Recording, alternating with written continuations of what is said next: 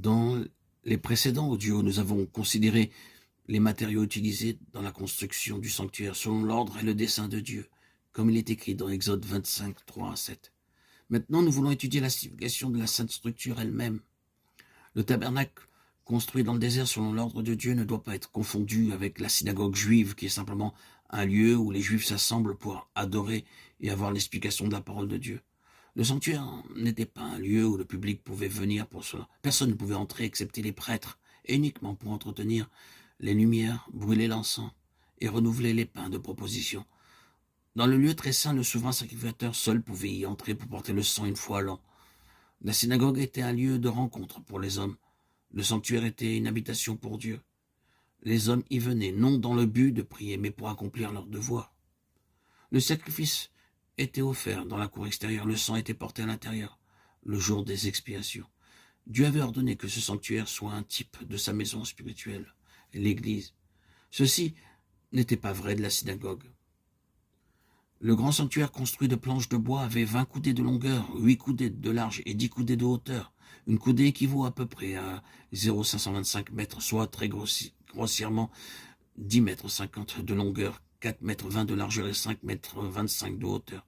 Le sanctuaire était divisé en deux parties. La première partie appelée le lieu saint et la plus petite partie à l'arrière, le lieu très saint. Le premier étant 2 fois la taille du deuxième.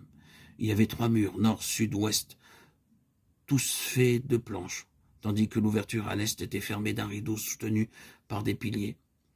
Les 3 murs étaient constitués de 20 planches côté nord, 20 planches côté sud et 8 planches côté est, soit en tout 48 planches. Ces planches mesuraient chacune 4,50 m de longueur et 75 cm environ de large. Elles étaient recouvertes d'or à la fois à l'intérieur et à l'extérieur. Exode 26, 15 à 25. Voyons ce que Dieu nous enseigne au travers des planches de bois concernant la signification de la vraie Église. Aaron fut le premier souverain sacrificateur du sanctuaire construit dans le désert, sanctuaire construit par Moïse sur l'ordre de Dieu. Ce sanctuaire était l'ombre du sanctuaire céleste, dont le souverain sacrificateur est notre Seigneur Jésus-Christ lui-même. Hébreux 8, 1, 2. Pour cette raison, Dieu dit à Moïse, regarde, fais toutes choses selon le modèle qui t'est montré sur la montagne. Hébreux 8, 5. Chaque détail du sanctuaire, quoique simple, fut donné à Moïse par Dieu. Et il est très évident, ne serait-ce qu'à partir des détails mentionnés, qu'une telle construction et structure n'aurait jamais été donnée comme modèle par un architecte humain. Parcourir le monde, considérer les constructions élevées par les hommes pour différents objets, différentes formes d'adoration, vous ne verrez jamais une construction comme celle-là.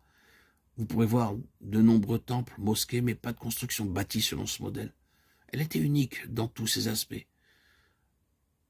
Un tel modèle ne pouvait pas être le produit de l'intelligence humaine. Dieu lui-même donna chaque détail à Moïse et lui dit « Maintenant, prends garde à ce qu'il n'y ait aucune modification dans le modèle que je t'ai montré. » Si Dieu donnait un tel avertissement à Moïse, homme qui parlait avec lui face à face, combien plus nous devrions prêter attention à ses instructions, combien audacieux serait l'homme qui changerait le plan céleste pour l'Église de Dieu.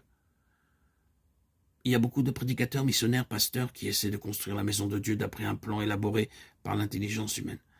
Ces études doivent nous amener à apprendre la première leçon.